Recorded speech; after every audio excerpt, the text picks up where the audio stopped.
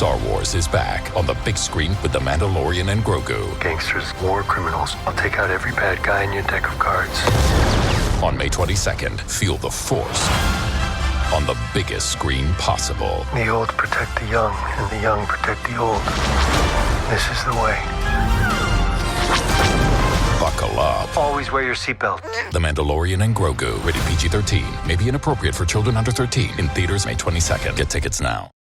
You can't reason with the sun. Trust us, we've tried. This summer, it's time to put that angry ball of fire on mute. Columbia's Omni-Shade technology is engineered to protect you from the sun's harsh rays that can burn and damage your skin. The sun is relentless, but so is our gear. Level up your summer at Columbia.com to spend more time outside and less time slathering on aloe lotion. You're welcome. Columbia, engineered for whatever.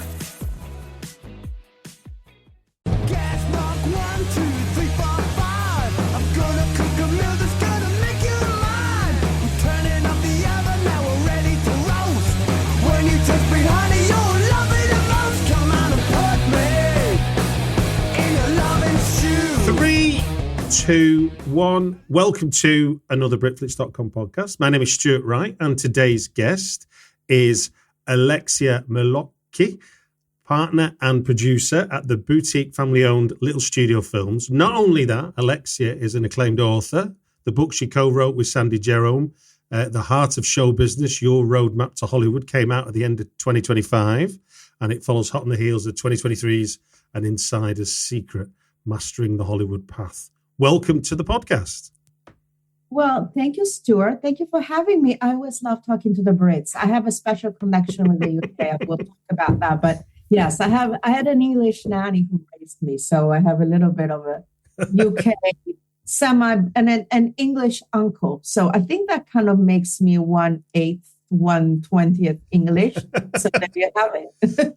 Indeed. So do you want to start by just giving the listener a little bit of an introduction as to what the book, The Heart of Show Business, Your Roadmap to Hollywood, is? Yes, absolutely. So like you, I've had a podcast that I started back in 2020. It's actually called The Heart of Show Business. That's the name of the book. It was created because everyone was losing their mind during the pandemic. We had absolutely nothing to do. And so I decided, just like you, to start interviewing a lot of my industry friends about their journey to success in Hollywood in a more personal mindset meets business meets creativity. So it was a little bit different. It wasn't very industry centric. It was a little bit more broad, and it became highly successful. I had over 120 episodes. Many of them were well-known actors, Emmy nominated, Tony nominated, Oscar nominated, directors, filmmakers, authors. I even had quite a few thought leaders, like Reverend Michael Beckwith from The Secret, who's obviously, has been on Oprah and everything.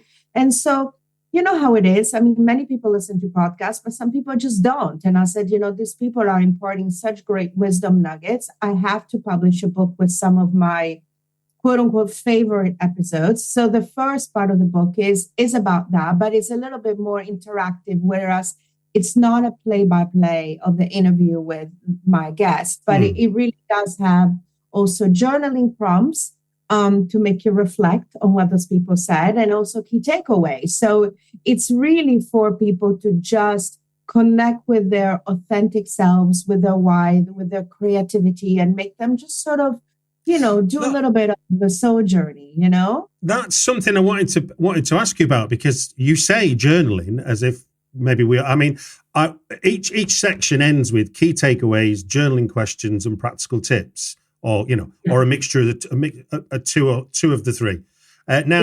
Key takeaways and obviously practical tips I'm familiar with, but I'm not as familiar with the idea of. And I understood the questions that were underneath journaling, but where does the idea of journaling questions come from, and how do you believe it helps move you forward as someone working in show business? Oh my goodness, I love this question. Well, I believe that everything that you put on paper, sooner or later will materialize. And also the biggest therapy when you can't even afford to pay a therapist, or maybe you don't want to go into therapy, or you don't want to go listen to a shrink tell you, who you are and what they think you should be doing. The best way, your best advisor is really yourself. Mm-hmm. And so if you start freestyle, because listen, we're all artists, so we all deep down write in some way or the other. Mm-hmm. So if you start writing your thoughts on papers, you start introspecting and putting it on paper, first of all, you can keep it for posterity, because then as you change as a person, as you level up, you can go back and read your state of mind or what you thought or what are like the aha moments that you had that made you pivot and take another different direction in your life. And so I'm a deep believer. I mean, listen, when I was 14 years old, funny story, I started writing my diary. I think I don't know if you wrote a diary, but I did around that age. Yeah. So like when you're like a kid, like you're writing diaries, you go, oh, I like this girl, she doesn't like me back. Or you're like, I failed at my test. But we used to write a lot, and mm-hmm. I still have a lot of those diaries. And it's interesting enough is I found a diary entry from when I was 14 years old when it said, literally in big letters, biggest dream to go to America forever. Okay. And look at me here. Yeah. 2 years later, I moved to the United States, because I'm obviously from Italy, like gnocchi, right? Mm. So that's kind of like there is a power in that sort of leaving sort of like footsteps, or not really footsteps, they're finger steps or whatever we want to call them, on paper. And so that's why I'm a big believer that will help us, get a little bit more clarity of who we are, what we stand for, where we're going, what kind of like creative juices do we have going. And if you're a writer, you're going to write anyway, so you might as well journal. So that's kind of why I created that format. Yeah. No, I think it's really helpful because it helps you hone in on maybe what you've just read as much as it helps you hone in on just maybe where your thoughts are at, because it doesn't have to be directly linked to what you've read. It's kind of just a prompt for you to take as you want, isn't it? Exactly. Yeah. And I mean, listen, how many movies have we seen where they're being produced because they found somebody's diary? I mean, so it's a little bit of a diary keeping, or with prompts that have to do with what those celebrities or those thought leaders or those people who succeeded in the business, how they applied it to their life. And then I kind of like, well, do you think you can do that? Or do you think that's something that is applicable to you? And you find that out by journaling. So that's kind of how I created it. Brilliant. I mean, I did in COVID, I started a writing exercise, which is, I guess, journaling adjacent, whereby I used my wife had got me a book called Accidentally Wes Anderson. So it's a load of pictures that look like they could be a film set from a Wes Anderson movie, but they're just photographs of across the whole 7 continents. And so during COVID, when we couldn't travel, I'm using this book to go all around the world, but 1 page at a time. And what I did was each picture, I wrote 3 pages of stream of conscious as a story responding to each picture, and ended up with 200 stories off one book. And then I did it with another book and another. I've just finished my 5th book of photographs where I like to think I do it every day, but I don't. I'm not that disciplined, but I've been doing it most days. And it's really interesting. So for example, the Wes Anderson one, I realized, even though I was traveling to different parts of the world because of where the pictures were taken, I was still writing about me being there, as opposed to trying to imagine a Peruvian man or woman or a Turkish child chasing after a cat or whatever. And then so it forced me to try and think about other people, as opposed to just that idea of always positioning yourself in these kind of new environments. So that was really interesting. It was a little bit, it was a little breakthrough, nothing major, but it was a fascinating thing that I couldn't have planned for. I love that. I should do that too. Somebody gave that to me, I think 20 years ago, gave me something similar. It was basically like a book with just images and no words.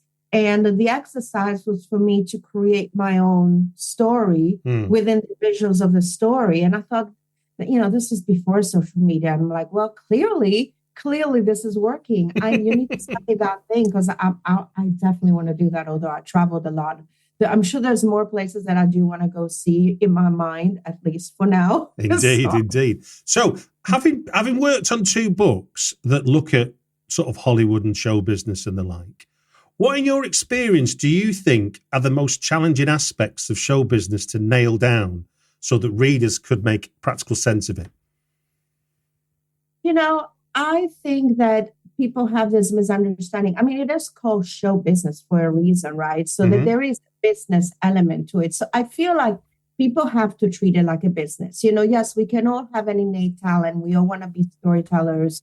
We all want to see the words put into a TV series or feature film format. But it is a business. And so, when you're trying to sell yourself or your project or your pitch, you always have to think like, who am I pitching to? And you're ultimately pitching to a business person, whether we like it or not. And I think the biggest misconception that a lot of writers have or creatives, that it's like, oh, if I just come up with a great story, somebody's going to buy it. But the point is, I can wake up one day and say, I want to be a surgeon. Does that mean that I'm just going to go out in the street and say, hey, let me operate on you? And somebody's going to go, great, just open me up. I trust you. No, of course, I'm going to have to go to school to be a doctor. And then I'm going to have to spend time to do the internships at the hospital. And then I'm going to have to build a practice and find the clients.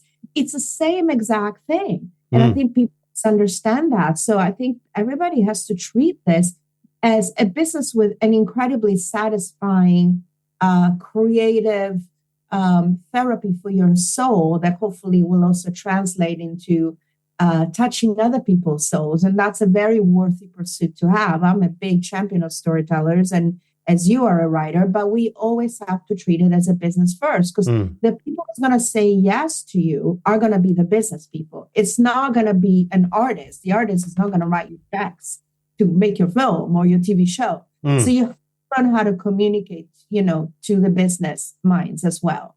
Yeah, I mean, funny enough, one of the notes I made from what I've read of the book so far is something you wrote, which was meaningful relationships and collaboration should outlast projects. Trusting and nurturing connections is as vital as the work itself, which I think is kind of what you're saying there, isn't it?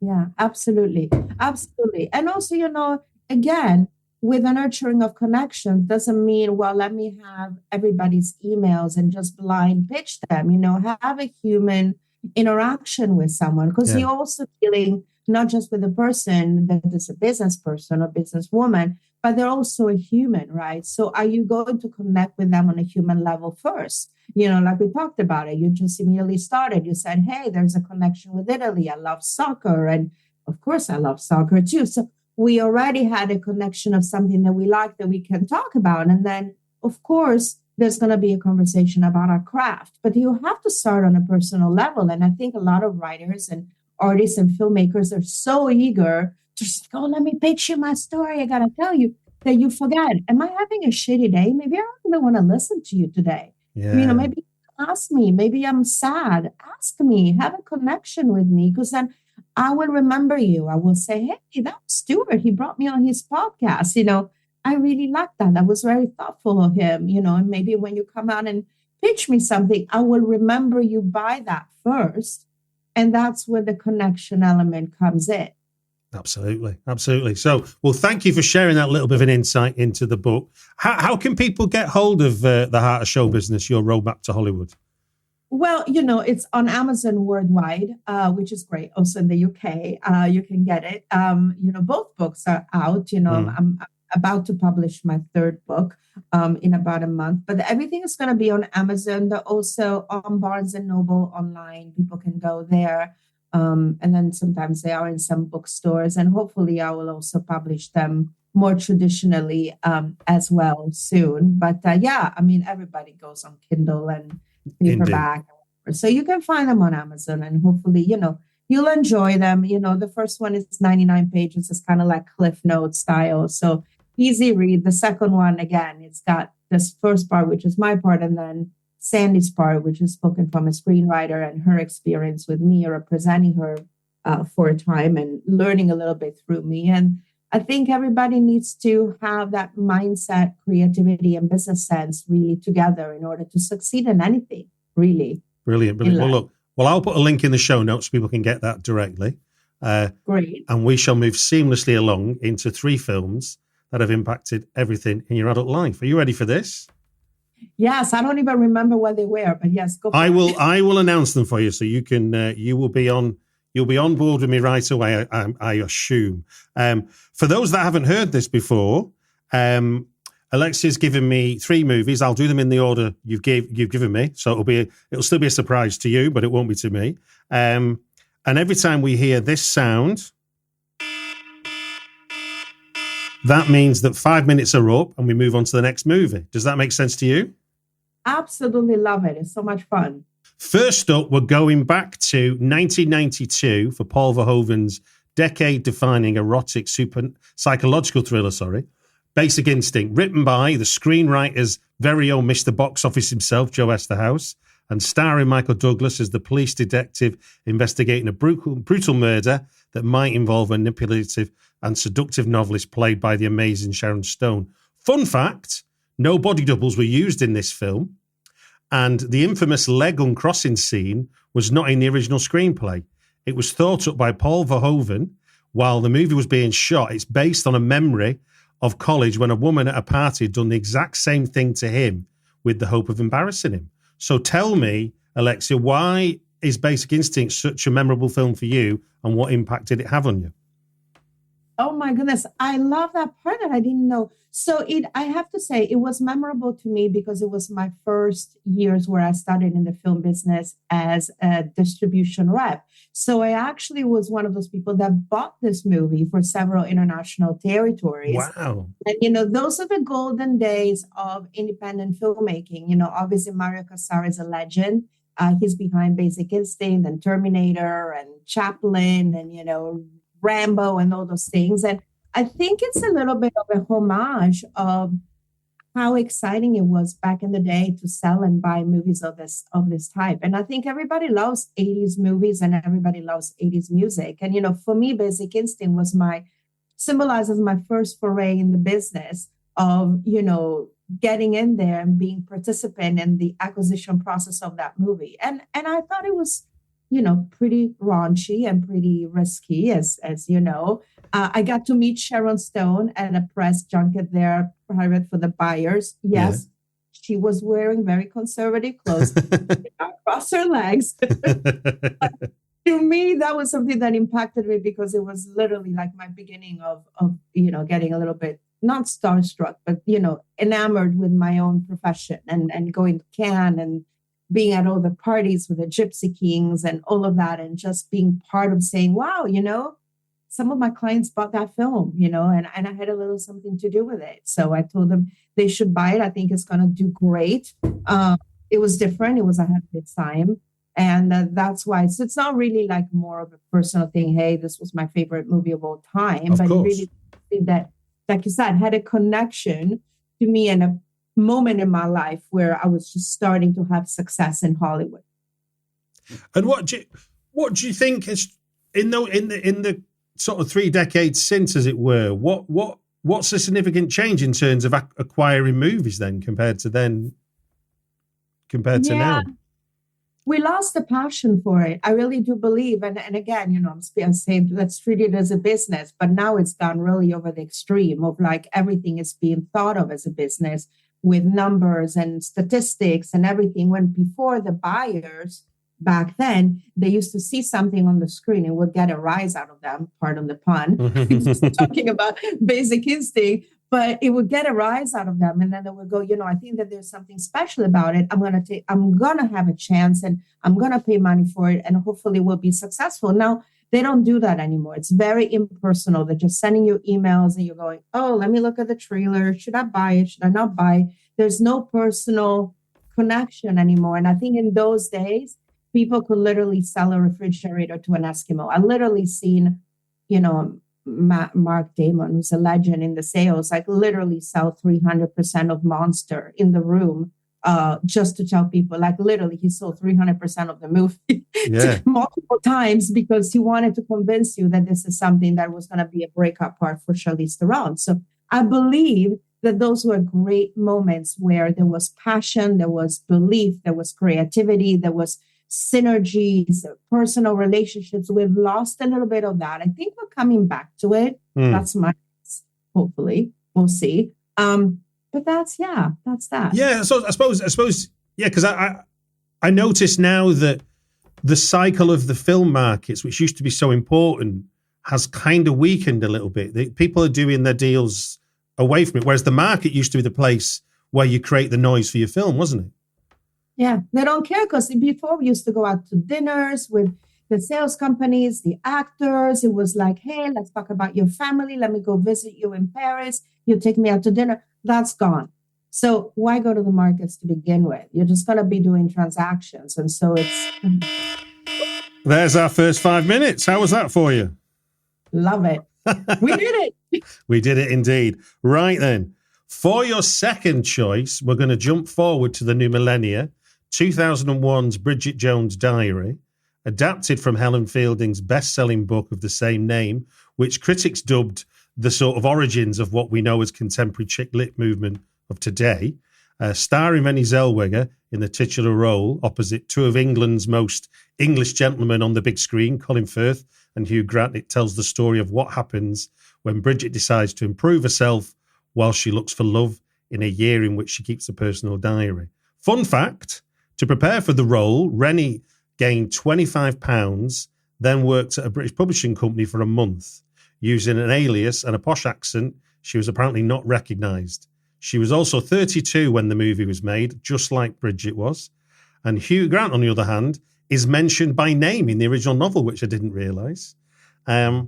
So tell me, Alexia, why is Bridget Jones' Diary a film that had impact on you, and what are its memories? I would say that, first of all, the Brits are the best at writing a rom-com. I mean, I kid you not, some of my all-time favorite movies, we're looking at Full Monty, we're looking at Love Actually, we're looking at The Holiday, we're looking at Bridget Jones. I think they're like literally brilliant at crafting sort of human interaction and true authentic depiction of what it's like to look for love, find love, lose love, all of that. And then they always throw in, for Weddings and a Funeral being another one, they throw in the friendship element, they throw in the different kinds of characters. So for me, Bridget Jones, well, first of all, I related to it personally because I am sort of curvaceous myself. So, and by Hollywood standards, I'm probably considered fat because, God forbid, if you're over a size 10, you're considered obese. Yeah, so, I had to put up with that, obviously, as an executive, even though I'm not an actress in front of the camera. People do tend to be judgmental. And I think everybody's looking for love. And, when you have to struggle with career and then you have to struggle with, are you going to go for, the successful guy, you're going to go for the playboy. I mean, it's so relatable to women. He had a fantastic soundtrack. It was shot in London. Who doesn't like a movie that takes place in London?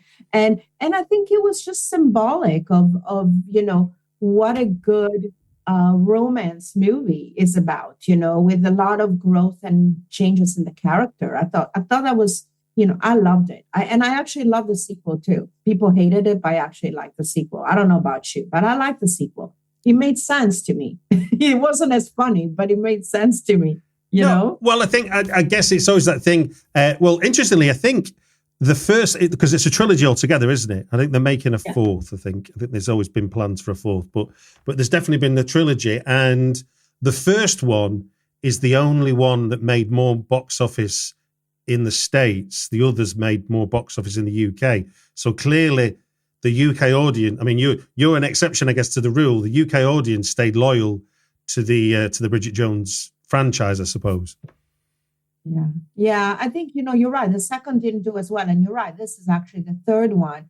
I think it's because the landscape, about love and dating and everything has changed a lot in the US. And so maybe people don't relate to it as much. I think Europe in general, well, you're not in Europe anymore because Brexit, but, the whole, being we're physically there. We're not in the European Union, but we are still still part of Europe. Unfortunately for us, they've not kicked us off physically. Exactly. Thank God for that. But Indeed. I think it's the Brits, like it's something that we're attached to. We're attached to human stories, and I actually that's why the Brits. I keep asking myself, why do you guys do always so much period about the Queen and the courts and everything? I mean, there's always something, upstairs, downstairs, and The Crown and Downton Abbey and Victoria and all of that. And I go, why they're so stuck with like this period of history and putting it there? But I think it's because of like the manners and the human characters. It's not just about that. It's not about the royals. It's not about nobility and the fancy. Oh, I think we're obsessed. I mean, not me personally, but I think as a nation, we're obsessed by class, and obviously the royal family is God chosen. You know, so it's kind of we've put human beings on a level which isn't human. You know. Yeah. I think so. But I think it's also got to do with honoring one's historical journey as a country. I mean, of course, Italians are going to go with making. There's our 5 minutes. It's come up again. Right then. For your final choice, we're going to 2016 for a musical rom-com starring Emma Stone and Ryan Gosling. La La Land was Damien Chazelle's unlikely, and I mean tonally speaking, follow-up to his taut Blumhouse thriller debut Whiplash. Shades of the Coen brothers, I think, when they moved, their auspicious career went from Blood Simple to Raising Arizona. Fun fact, it was Gosling's idea to have Sebastian want his own club rather than just be a successful musician. And this bit blew me away. I don't know if you knew this, but Emma Stone auditioned The Fools Who Dream live on the film set. So there was no lip syncing, and it was down to her to decide when to switch between dialogue and singing. Justin Hurwitz, the song's composer, was in another room from the film set playing a piano which is wired to her ear, and director Damien Chazelle said that this was done so Emma could have more control on the scene, which I think is an amazing feat. When you look back to the scene, it's seamless.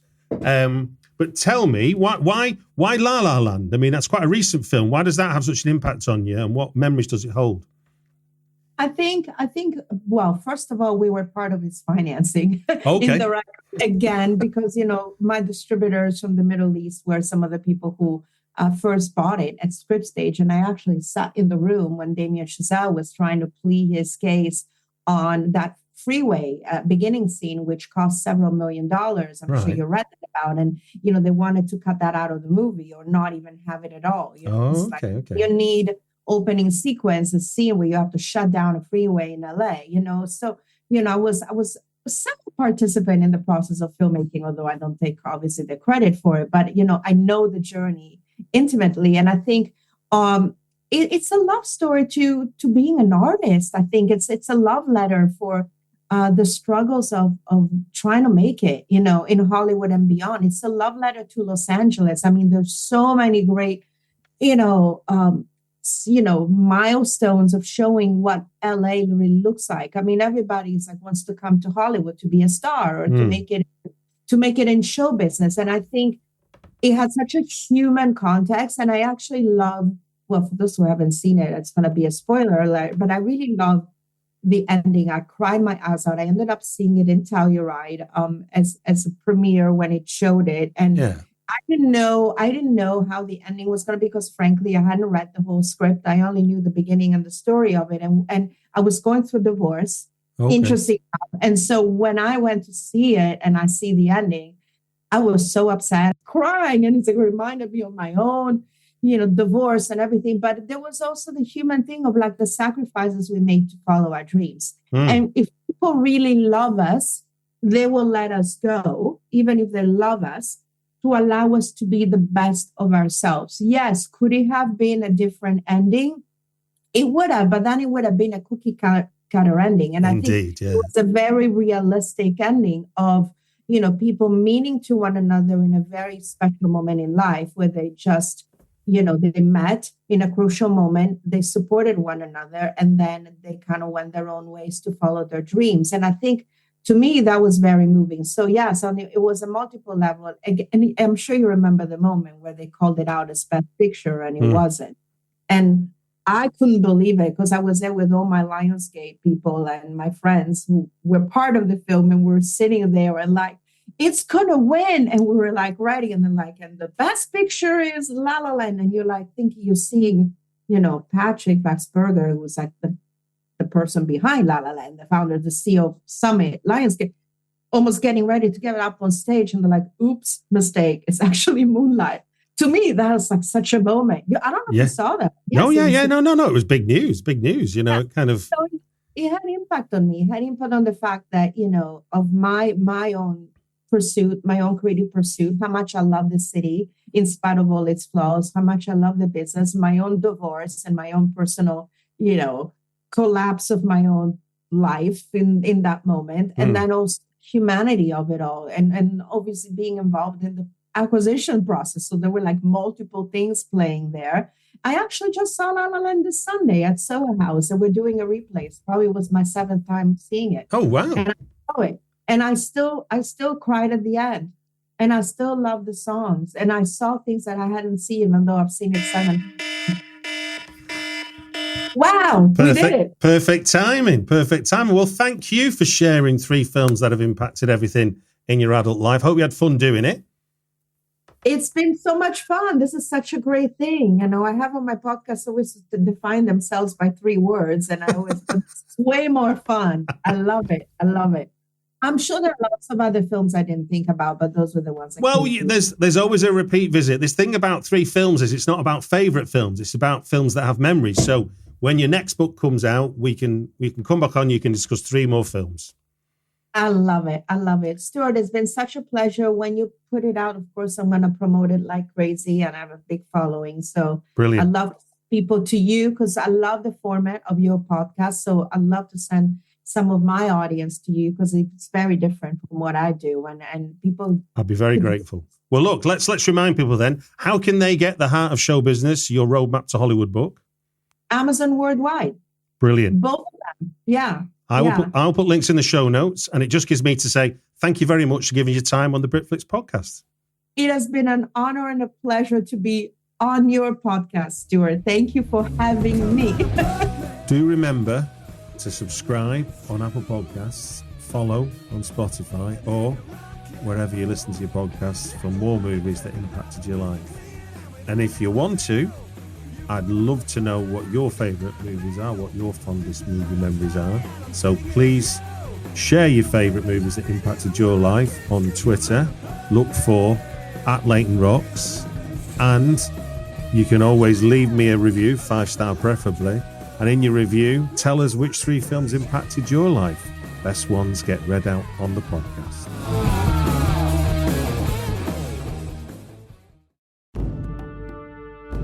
Welcome to The Lavender Dungeon, a new comedy fiction D&D podcast from RGRP Productions. Our first story arc is called The Secrets of the Succubus.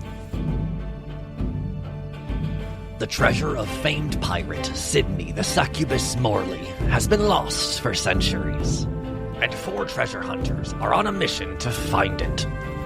Oh, we're close. I can feel it in my motherboard. You said that 4 hours ago. Hey, my circuits are never wrong. By collecting pieces of an ancient map and solving the riddles that lie within, they can unlock the chest that holds a fortune beyond their wildest dreams. This isn't just treasure we're after, it's power, glory, it's fame. But we are getting the treasure too, right? Yes, obviously.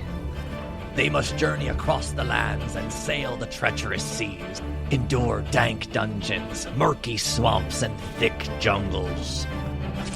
My robot. Wait, come back. Pull me out of the mud, I'm stuck. I told you before we left, you can't adventure in stilettos. And Kitten starts flossing. Oh my god, Just help me out. All while avoiding devious traps and battling monstrous creatures guarding secrets of the lost treasure. That's a bigger beast than I expected. My birdie. Didn't think it'd be easy, did you? The crew must be careful who they trust, for they aren't the only ones searching for the succubus chest. We should be safe now. This is getting to be ridiculous, right? Oh no, did you hear that, chat? Prepare for a journey like no other. Find the map and face what comes. The hunt for treasure begins now. Don't forget to like and subscribe.